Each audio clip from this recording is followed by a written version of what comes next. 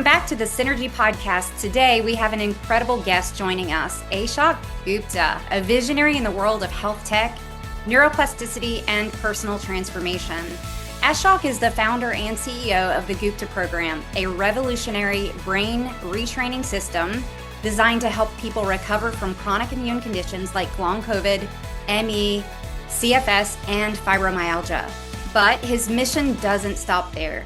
He's also the driving force behind iRise, a powerful new platform dedicated to uplifting humanity and helping people unlock their full potential through over 600 courses, classes, and live events focused on personal growth.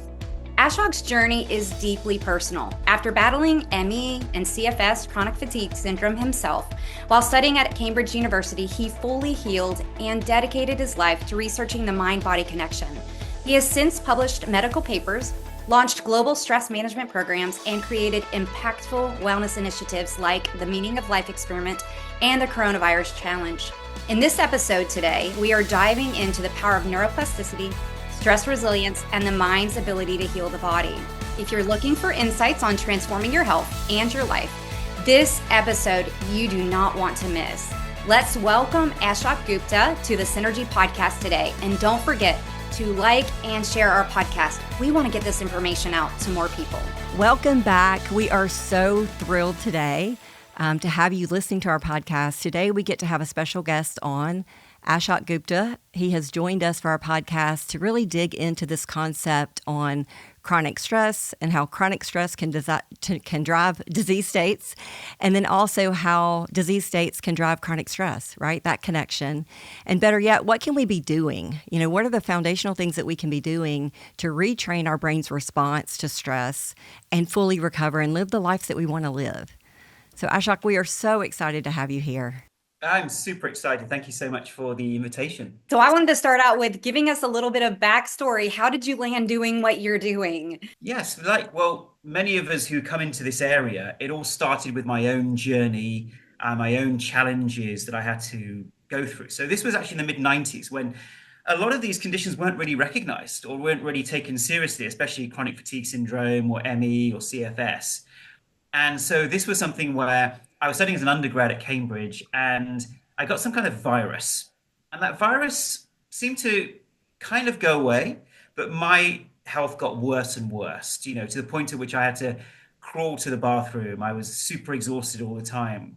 It was like, I describe it like your worst day of flu times 5 in terms of, the fatigue, the tiredness, the pain, the just overall exhaustion, can't think, can't do anything, can't even read the words on a page. And I went from doctor to doctor and they would say, we don't know what you have. We don't know what to call it. There's no treatment for it. And you might have it forever. Goodbye. And for a young man, that was just a brick wall in front of me. In my worst moments, I was almost suicidal.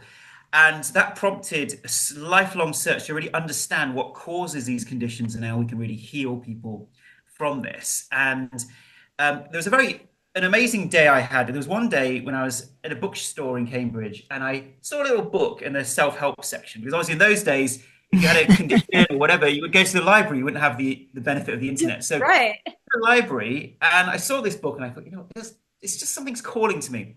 And I picked that book off the shelf and the book was called The Emotional Life of the Brain by Professor Joseph Ledoux. And he was one of the foremost experts on the amygdala and the brain at that time in the 90s. And I read that book and suddenly there were light bulbs going off going, this is what I believe causes my condition and these similar conditions. And with that knowledge, I, in an ad hoc way, retrained my brain, got myself 100% well, and then set up a clinic to treat others and published my medical hypothesis in 2002, actually online in 1999. And since then, we've been obviously working with hundreds of patients, published medical papers and studies, and now we're an app.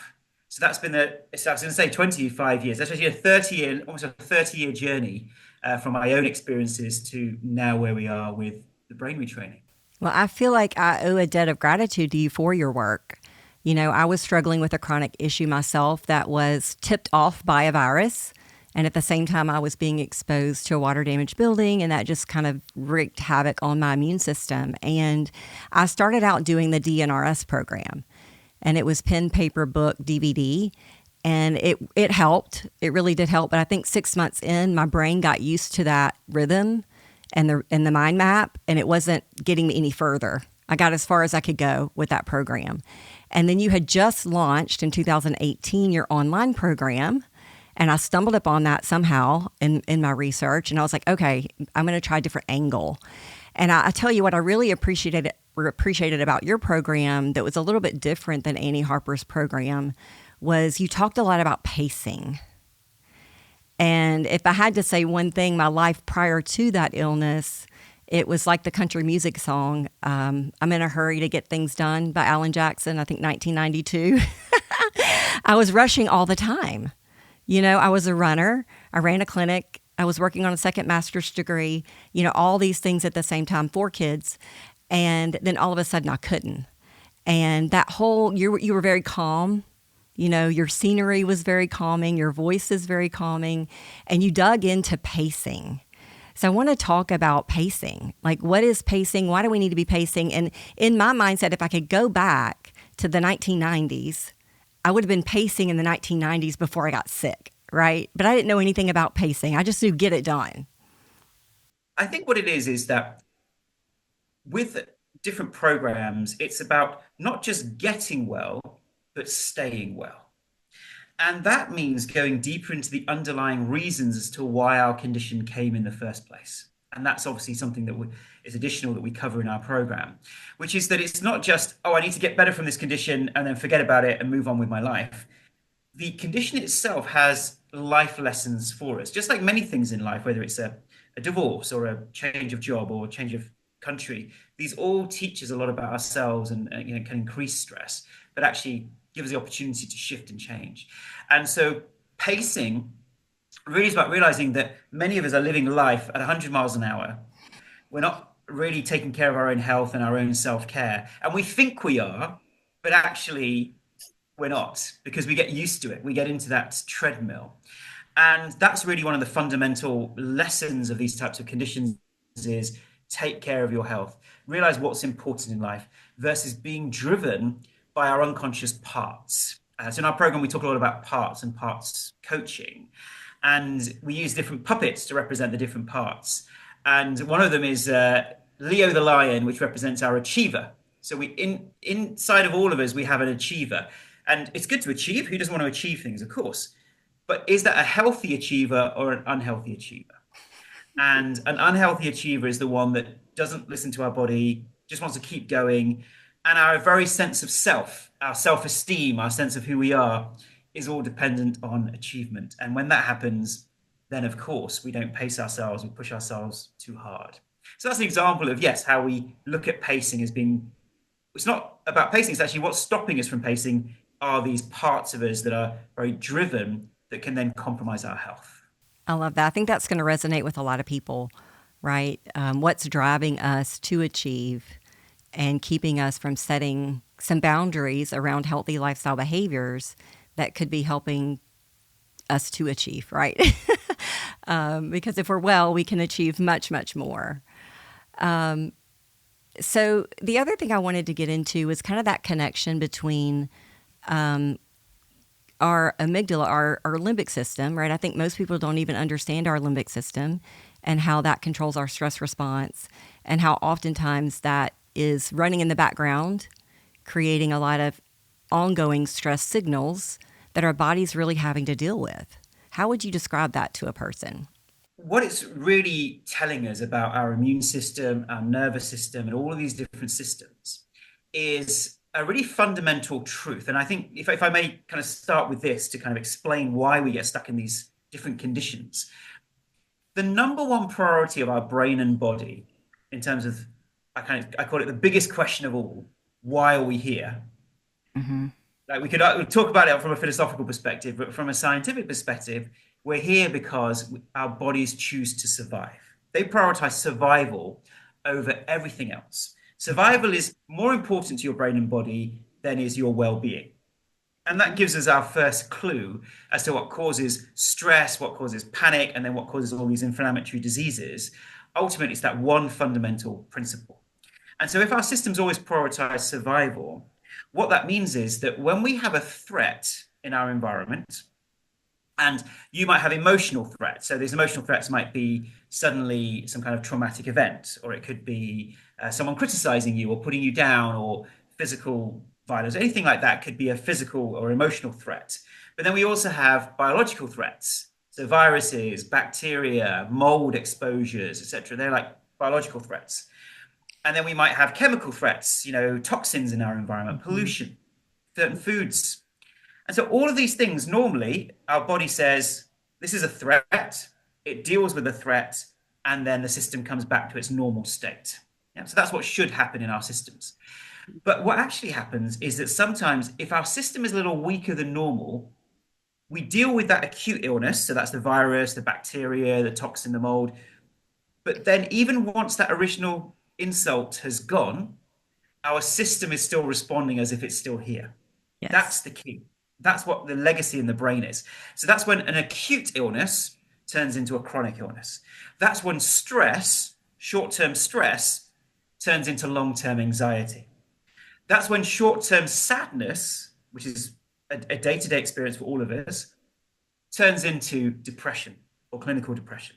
And that's where a mold exposure, and very normal in our environment, then turns into mold illness, and so on and so on. And COVID exposure, COVID-19 virus turns into long COVID. And that's hopefully what we've cracked in our hypothesis and in our program, is understanding why does that happen? Why do we go from these normal experiences in life, viruses, stress, etc., and they turn into chronic long-term problems in the brain and body? And that's what I believe we are really looking at. Which is a tipping point, right? Because it is, that whole body keeps the score. So exposure, exposure, exposure, fight, fight, fight, tipping point, and inability for the body to recover from that, which is where you landed, right? Absolutely. And it's the idea of those neurons getting deeper and deeper and deeper. So if we have one, and that's often the background of trauma as well. So if we have one experience, that may not be enough to actually cause a long-term trauma in the brain. But there are two fundamental factors that cause it. One is the intensity of the emotional intensity of that experience. So even one emotional intense experience can cause trauma. But then secondly, and more importantly probably, is repetition. So if that experience is repeated again and again and again and again, then that can cause these deep neuronal pathways that are difficult to then change. They're not impossible. And of course, that's the promise of neuroplasticity, is once we've been through an experience, we can rewire the brain and get ourselves back to health. And in terms of illnesses, so let's take the example of COVID, because obviously we know lots of people who have long COVID now, unfortunately. Someone has the COVID infection and the immune system goes to the on position. But then even once the COVID has been fought off, the system stays stuck in the on position with all the inflammation in the body, inflammation in the brain, and all the other symptoms that come with an inflamed body. That's your immune system. The system goes into that alternate state because it detects a weakness in the body. Right. So actually, let me give you, I'd like to share this analogy, which really brings it home as to what causes chronic stress, anxiety, what causes all of these different illnesses. Imagine you are queens of your kingdom. So you are the prefrontal cortex, the rational, intelligent mind. All right. And you have a body, which is your kingdom. All right. So you are the king, you are the queen of your kingdom. And you have an army, which is your nervous system. And you have a navy, which is your immune system. And your army and navy, so that's your nervous system and immune system, work together to defend your kingdom, which is your body. Now imagine there's a drought in the kingdom. So because there's a drought, what that means is that there isn't enough energy in the system, right? So there's not enough resources. So your army and navy are weaker than they would normally be. Now in comes an invading army over the hill. So imagine that invading army could be a virus, could be a bacteria, could be toxin, could be mold. The invader comes over the hill and your army and navy fight valiantly to defend your kingdom. And we don't realize this because we take it for granted, but even a flu can potentially be life-threatening to a human being. And that's why many elderly people pass away from flu, unfortunately, because these things are all life-threatening. So your army and navy are galvanized. They say, this is a war. We've got to defend the kingdom. And they fight off. But because they're weaker, it takes them longer to fight off the invading army. And that's when often we get a longer period of post-viral fatigue. So if someone feels weaker, it will take them longer to fight off a virus or bacteria. And then what happens is the Army and Navy, they think they fought off the invader, but they're like, I'm not sure if it's fully gone away. What happens if the army is hiding in the forest or behind the hill or over there and we can't see it? Let's keep firing off our weapons of war, which is the inflammation, the sympathetic nervous system arousal. Let's keep firing, because we've got to, survival is the number one priority. Now, what then happens is, because the Army and Navy keep firing off their weapons of war, some of those arrows fall back into the kingdom. Some of those cannonballs fall back into the kingdom. That's causing challenges in our own bodies in terms of more waste products, more inflammation, the long-term problems with inflammation. And then opportunistic spies flourish in the kingdom. So that means opportunistic infections, opportunistic bacteria, Lyme infections. All these types of things start flourishing in the body because the immune system and the nervous system are fighting a war over here. And therefore, they don't have the resources to keep everything else in check. Then they come to you and they say, my dear queens, we need all the resources of the kingdom. So we still need the water, the food, everything has to be channeled to us because we have to defend the kingdom. And of course, you think that's the right thing to do. So now the Army and Navy are taking all the resources, which means the kingdom is weak and all of this inflammation is going on. But the more inflammation, the weaker the kingdom gets from the inflammation, the more the Army and Navy fire off more weapons of war, thinking we're weak. And so we get into that vicious cycle. And so you can see that whether it's anxiety, whether it's stress, whether it's a virus, a bacteria, this model actually explains about 70% of the illnesses that we go to a doctor to treat, which are often these types of over responses of our defensive systems, because we live in a pro-inflammatory environment. And brain retraining is that next meeting you have with your generals, your Army and Navy generals. You say to them, my dear generals, you've done a wonderful job at defending the kingdom, but you can stand down. The war is over. But they won't believe you the first time or the second time or the third time. That is the power of neuroplasticity. It has to be done repeatedly and with that kind of emotional intensity or persuasion. And that's obviously what we do here at the Gupta Program. Yeah. It's an amazing, amazing analogy that really helps people understand what is probably one of the hardest concepts for Kelly and I in treating people regularly with the key ingredients of living well, eating right, drinking right, moving right, doing all the things right. And that subset of individuals that are doing a lot of right things that aren't feeling the results of those right things. And to have a conversation with them about this is one of the hardest conversations to have because they think, what's wrong with me? It becomes a mental issue, which I've heard you describe before. That's not the truth in the matter. That's the way our bodies are wired. Exactly right. We spend a lot of time saying to our patients and support groups, we never say it's in the mind, we say it's in the brain. And those are two very different concepts. And it's in the unconscious brain. Like we don't normally have control over our immune system or automated control over our nervous system. These are automatic, unconscious survival reactions. And therefore, it's about rewiring. And then, as you say, people say, but hang on, are we saying it's in the mind? Am I making it up? The best example I find is when people have a stroke. Yep. So let's imagine someone has a stroke. They may lose control of an arm or a leg or speech. And what happens? What do? They don't think, no one ever would dare say to them, oh, it's all in your mind. Of course they would never. That's a real thing. But what they do is they go to rehabilitation. So every week they imagine moving their arm, moving their leg, creating new neural pathways, reinvigorating those neural pathways until eventually they can walk again, which is a miracle, really. But what's happening there? That is the power of neuroplasticity. They're creating new neural pathways. No one would ever say that's psychological or in the mind, but it's a whole new area of medicine, really, in terms of neuroplasticity. And what we've discovered is the way that we can actually create new neural pathways to control the amygdala and insular parts of the brain, which we'll perhaps come on to later. But essentially these brain structures that get stuck after an infection and keep triggering the nervous system and immune system. And if we can control them, we could heal a whole bunch of autoimmune diseases, pain diseases, inflammatory illnesses, environmental and sensitivity reactions. All of these are basically, in our view, rooted in the brain. So I think it's very, very exciting that we can heal these. And that's what we want people to hear today, that it is possible to hear those things, to heal those things, right? And in fact, but they have to do the work. They have to be willing to do the work. And that's what I hear you saying, is that it's not one time. It has to be repetitive.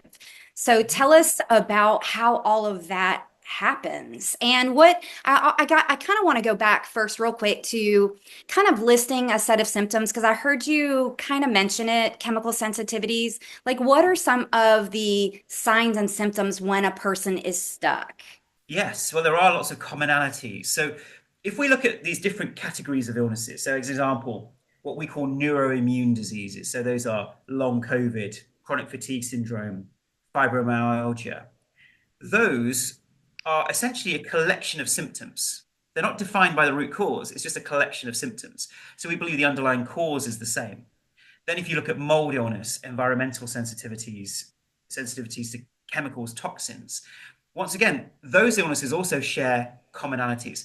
And the commonalities tend to be the fatigue and exhaustion. They tend to be a difficulty in relaxing in terms of the nervous system, because the nervous system's in the fight or flight mode. It's in that defense mode, right?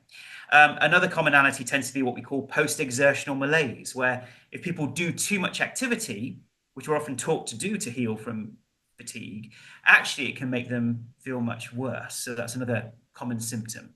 And cognitive difficulties, or difficulties thinking. And then general sensitivity. So once the brain is in this hypervigilant state, we become more sensitive to people, situations, temperature changes, sound, everything becomes much more of a trigger for our nervous system because it's on edge. So those are some of the kind of common symptoms that we see.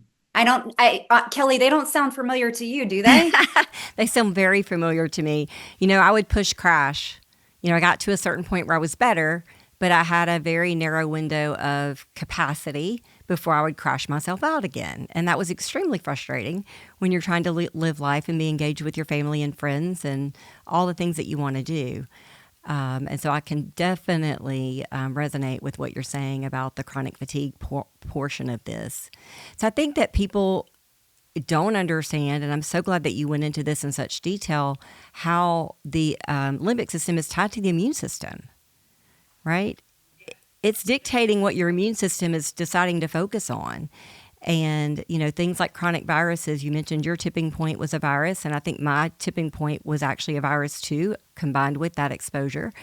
Oftentimes that limbic system just fires that immune system, and that immune system's working as hard as it can. It's not that your body is doing anything wrong. It's just misguided. Those grooves for what it's deciding to attach itself to and focus on are a little misguided. So walk us through the program, because like I said, I mentioned the calmness and the pacing part of the program that I thought was really, really helpful for me to grasp.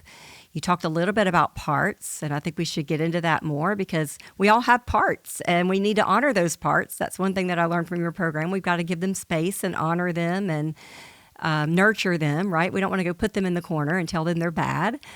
We need those parts to help us out in our healing journey. So talk a little bit more about that. Our program, as I said, we developed this, we were the first to develop a kind of neuroplasticity program when we launched in 2007, which at that time, once again, there was nothing like this. People weren't really thinking in this way. So we were kind of trying to push the boundaries at that time. And it was a time when people pushed back a lot because they said, oh, you're saying it's all in the mind. And it's, as we said, it took a long time to overcome that. And really the starting point for us is, how do we retrain the brain? How do we rewire the brain? And the first step is to calm the nervous system. Because if your brain is on high alert, it's not very neuroplastic. Yeah, it's not open to new ways of thinking, new ways of being. So the first port of call is to use, whether it's breath work, meditation, relaxation techniques. We do a whole bunch of different things that people can do to calm that nervous system. And you mentioned the limbic system. Now, the limbic system is what they call the mammalian brain. So all mammals have that limbic system. And it contains a number of brain structures like the amygdala, the hippocampus, the thalamus. And it's seen as the more ancient brain. And then the human beings developed a bigger cortex that sits on top of that mammalian brain. And the brain structure that we focus on, one of them is the amygdala, which sits in that limbic system. And its job has traditionally in psychology looked at stress reactions, anxiety reactions, PTSD. But of course, that's how modern science separates things. That, okay, this is a emotional issue over here. This is a biological issue over here. But the brain doesn't differentiate. So it uses the same brain structures to detect threats and to respond to them. So if something's an emotional threat or a biological threat, it's the same brain structures that deal with it. And that's the whole reason that, you know, that kind of reductionist philosophy isn't helping with these types of illnesses. And so people talk a lot about the limbic system, but interestingly, there's another brain structure called the insula. Now, the insula isn't part of the limbic system. It's actually called part of the cortex. It's called the insular cortex. And that, I believe, is the brain structure where the real action is happening, as well as the amygdala.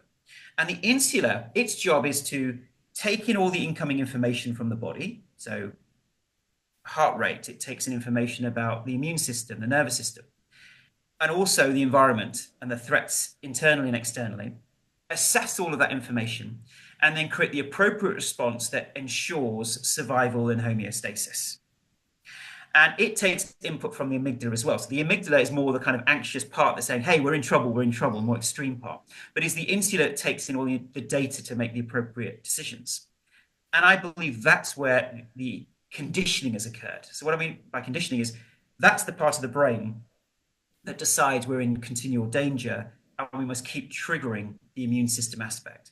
And the amygdala is more in charge of the nervous system aspect or overstimulation. And both of them work together for our survival. And so once that system's set up, our first port of call is let's calm everything down to make the brain more neuroplastic. And then let's retrain the brain. Left-hand path represents the old way of reacting. And when you're talking about the path, you're talking about the mind mapping or what do you call it in the program? Is it the brain mapping, mind mapping? How do you say it? We call it the minds map. Yes. The minds map. Okay. So we're in the minds map and we're on the left-hand path. Okay. Yeah. And imagine it's like a river. So imagine there's a river flowing through the soil on the left-hand path. And that river represents neurons in your brain that said, oh, we can detect symptoms in the body. That means we're still in danger from the bacterial virus or mold. Let's trigger the immune system and nervous system. So that's like a pathway, like a left-hand path. And it's dug into the soil.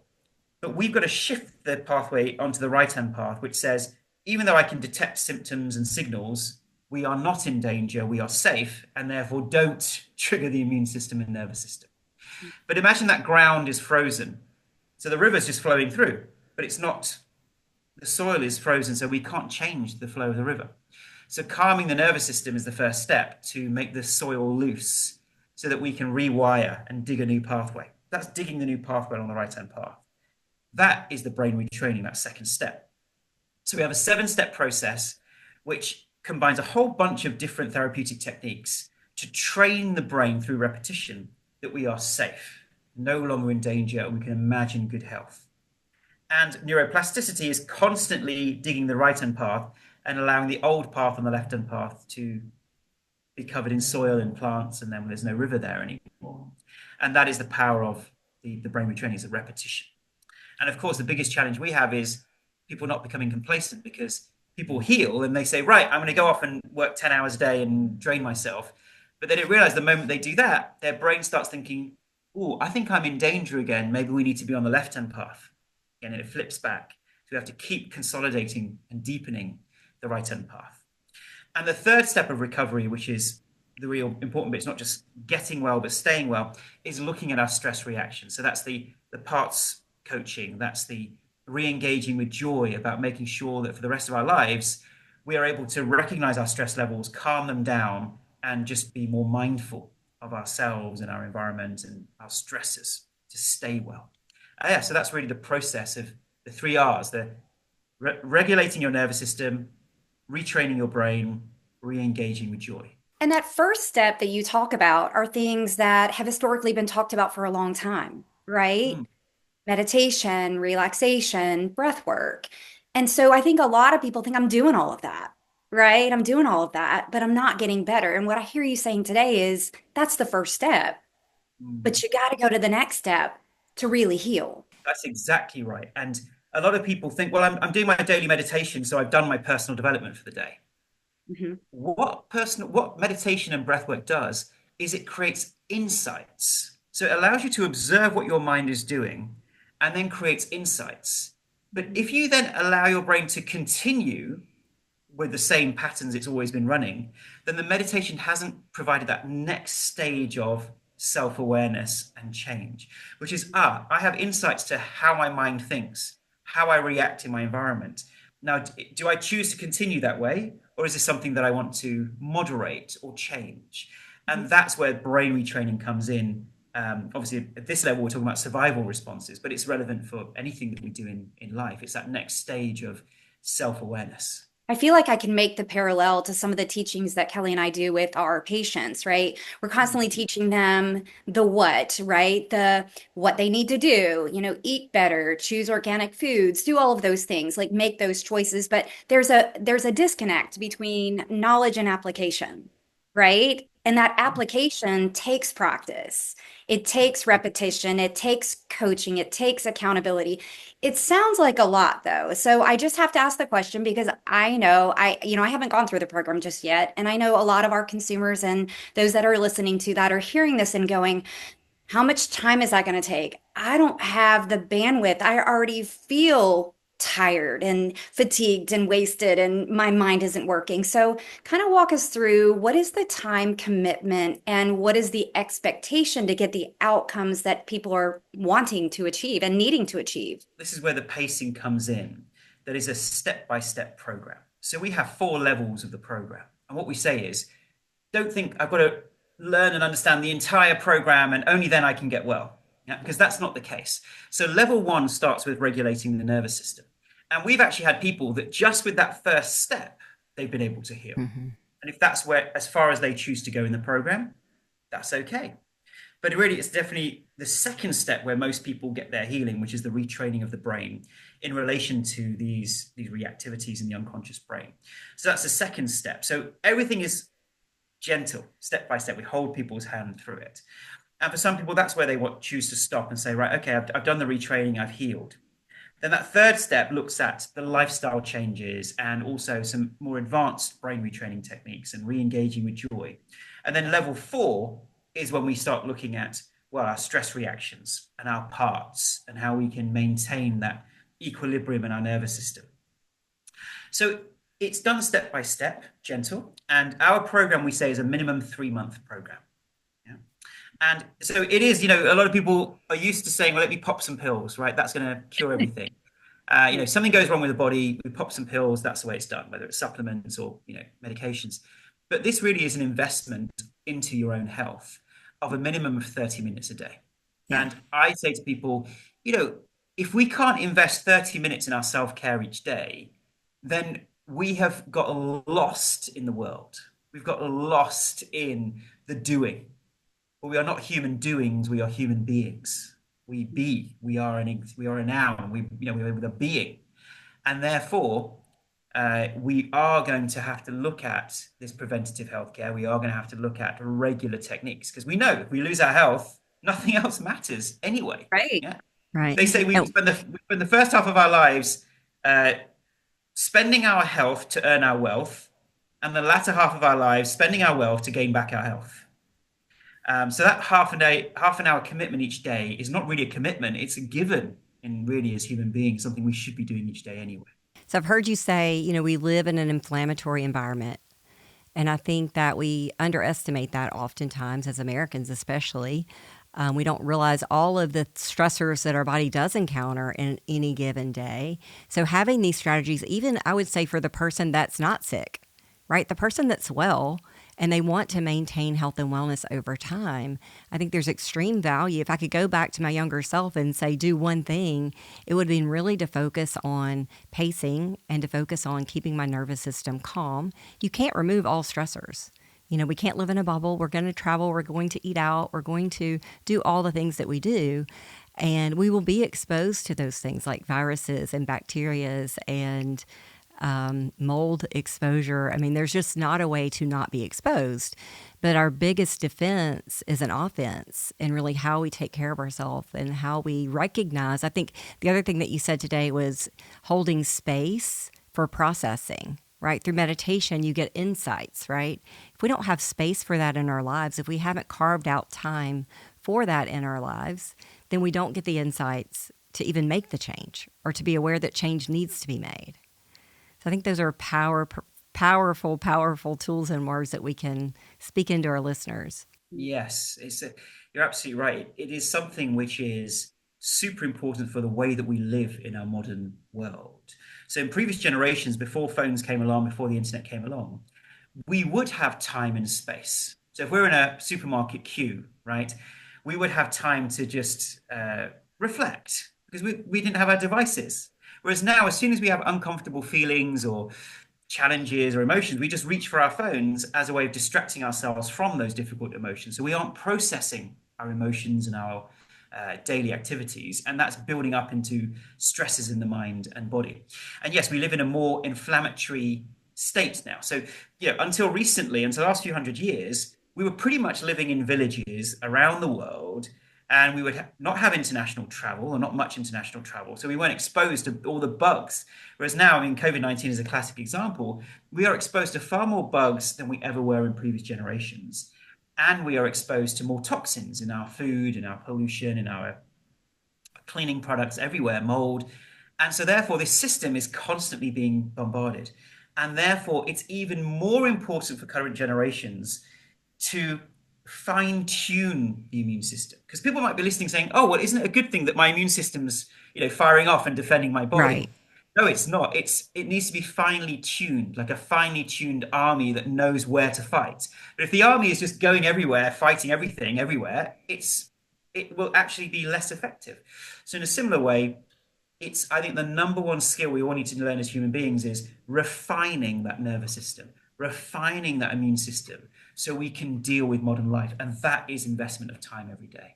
And what I hear you saying is that investment, which is not uncommon for the conversation that Kelly and I have repetitively with our patients, is that if you want to live well, it takes you intentionally doing these things on a daily basis, and it is an investment.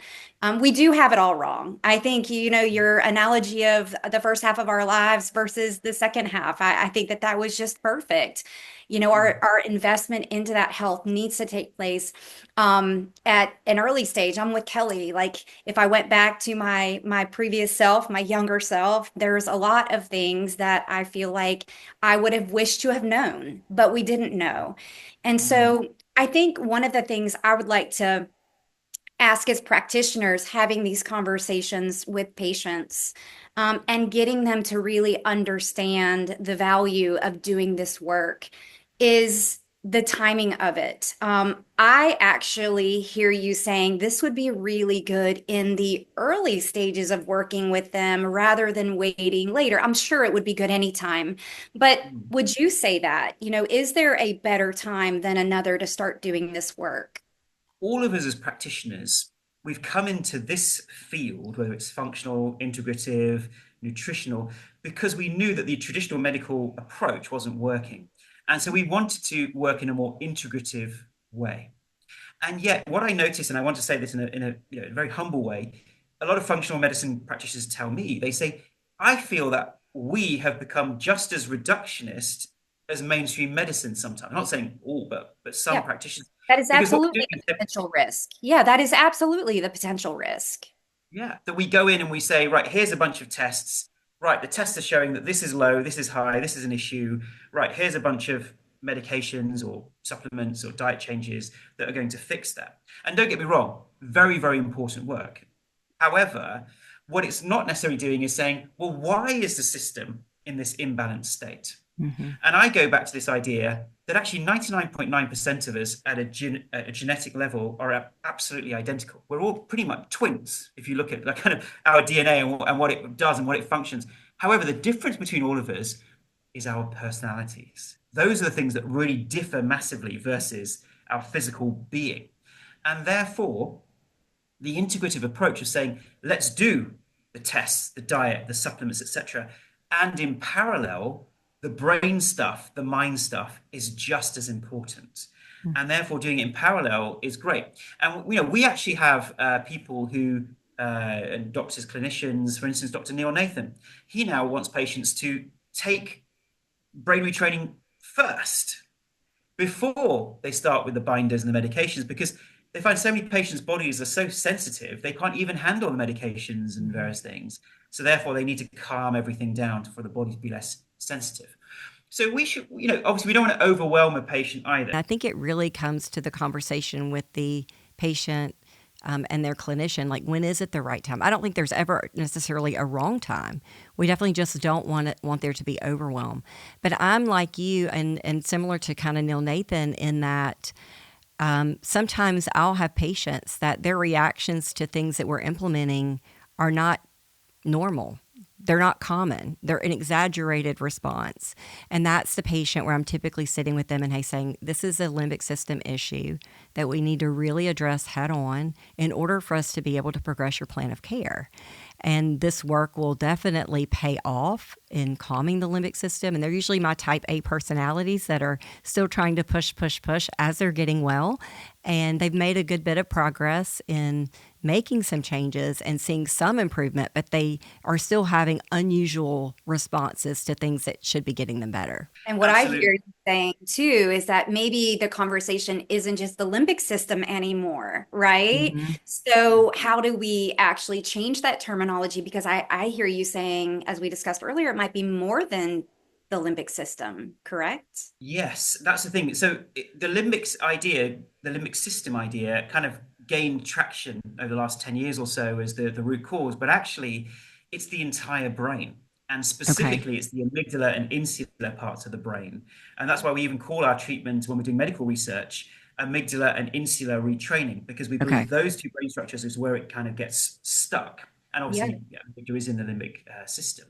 And I think it is really helping a patient realize that this is the dream of holistic care. This is the ultimate vision of holistic care, of integrative care, of addressing multiple things simultaneously.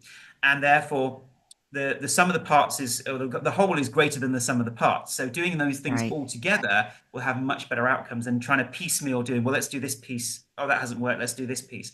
Doing it all together is so powerful. And if we think about ancient traditions, ancient cultures, when someone was ill, they would go off to a place which would be a retreat center to rehabilitate everything. So they would eat well, they would detox, they would get massages, they would do meditation, because in those ancient times, they knew that for people to heal, they needed a holistic approach. We've got to connect more and have deeper conversations and more conversations, because this is all just good stuff. I feel like we could have gone a million different directions, but I definitely don't want to end without giving our listener the ability to know where to go if this is the right timing for them, if their clinician has recommended, or sometimes our listeners are not in a position that they actually have a clinician that they're working with right now. Where do they go to learn more about your program? How do they get signed up? Is that something they do online? What's that look like? Sure, we want to make it super easy for people. So the first way they can get involved is simply going to our website, and I know you'll have it in the show notes as well. So they can go to our website through your link, and then they can sign up for our free trial. So first of all, on the website, there's all the access to our clinical studies, which I can also talk about. And then there's lots of videos of other people who've healed from a whole variety of different conditions, so you can see their experiences. And then join the free trial. And there's no credit card required, so people can get a whole bunch of content. So there's free meditations, free breath work, there's videos on what causes your condition. So this, for a lot of people, that's a lot of great information straight away, and it's all free. And if people choose to take our 1-year subscription, what they will get included in that are weekly webinars with myself. So we hold your hand through the program. So you get weekly webinars. You get lots of videos and audios. You get a complete structured program about how you heal. And something that's so powerful, which we love, is called daily Gupta size. And this has been a game changer. These are daily Zoom calls with our clinicians and coaches, where they take you through the nervous system regulation and the brain retraining every day, Monday to Friday on Zoom. And this has been a game changer because a lot of the time, we know people are unwell, they've got brain fog, they're at home, isolated. And so it can be difficult to have that motivation to do the program. But if you now know well, I've learned the program, but all I have to do now is jump on Zoom every day and I'm taken care of. It's super simple. So you have hundreds of people coming on every day and you get the sense of community, motivation, connection. And that has been, a real game changer. So all of that's included, as well as a pack in the post as well to support you. So there's a whole ecosystem of support that can help people. So people can either go to our website or they can go to the App Store or Play Store, type in Gupta Program, brain retraining, just Gupta Program, you should find it there. And then you can download the app and start retraining your brain straight away. I think it's pretty phenomenal, and it speaks volumes that you do give basically the program with the potential of a refund should it not work for a person. That just speaks volumes, in my opinion. And I think that is, it just speaks a lot about you. And I can only imagine if we always tell people you get out what you put in, right? You get out what you put in. So, and you're giving them everything they need to be successful. You're giving them that community. You're giving them those daily touch points. You're giving them that visual learning, that auditory learning. And it sounds like your success rates are very, very high. Absolutely. We want to make it super easy for people. So that's why we spend a lot of time refining it to make it easy to use. And, as you say, we have that 1 year money back guarantee. So people have nothing to lose by giving it a go. Mm-hmm. And of course, what's important to us is also the science behind it. So there are many people, you can go onto Instagram and find 1,001 people who say they're going to be able to cure you of your illness. But ultimately, it comes down to the research and the science. Mm-hmm. And so we've done now 6 clinical studies. So 4 randomized controlled trials, and these are all independent, and 2 clinical audits. And generally, we find that after doing the program for about 3 months, we see anything between a 60 to 100% improvements in health and functioning after using the program. And people can read through the studies on our site. And that's across 14 different conditions. So anxiety, long COVID, fibromyalgia, really, really good recovery rate. So we're very excited to do more research and finally make this a mainstream program. Well, awesome. Thank you so much for your dedication to your work, for the number of years that you've put in. As pioneers in our field, we feel like, right? We have been in this space cumulatively between Kelly and I a long time. We won't age ourselves. We will not do that. We've all been talking about the 90s, haven't we? So yeah, we kind of have.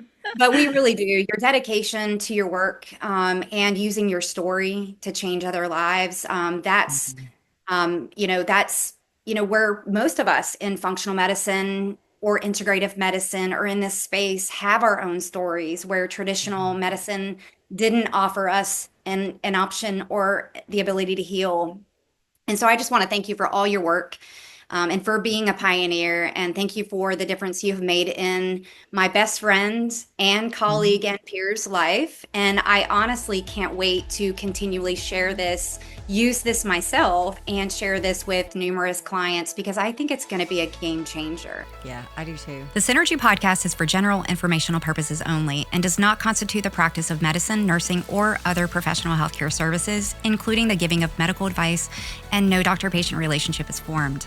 The content of this podcast is not intended to be a substitute for professional medical advice, diagnosis, or treatment. Users should not disregard or delay in obtaining medical advice for any medical condition they may have and should seek the assistance of their healthcare professionals for any such conditions.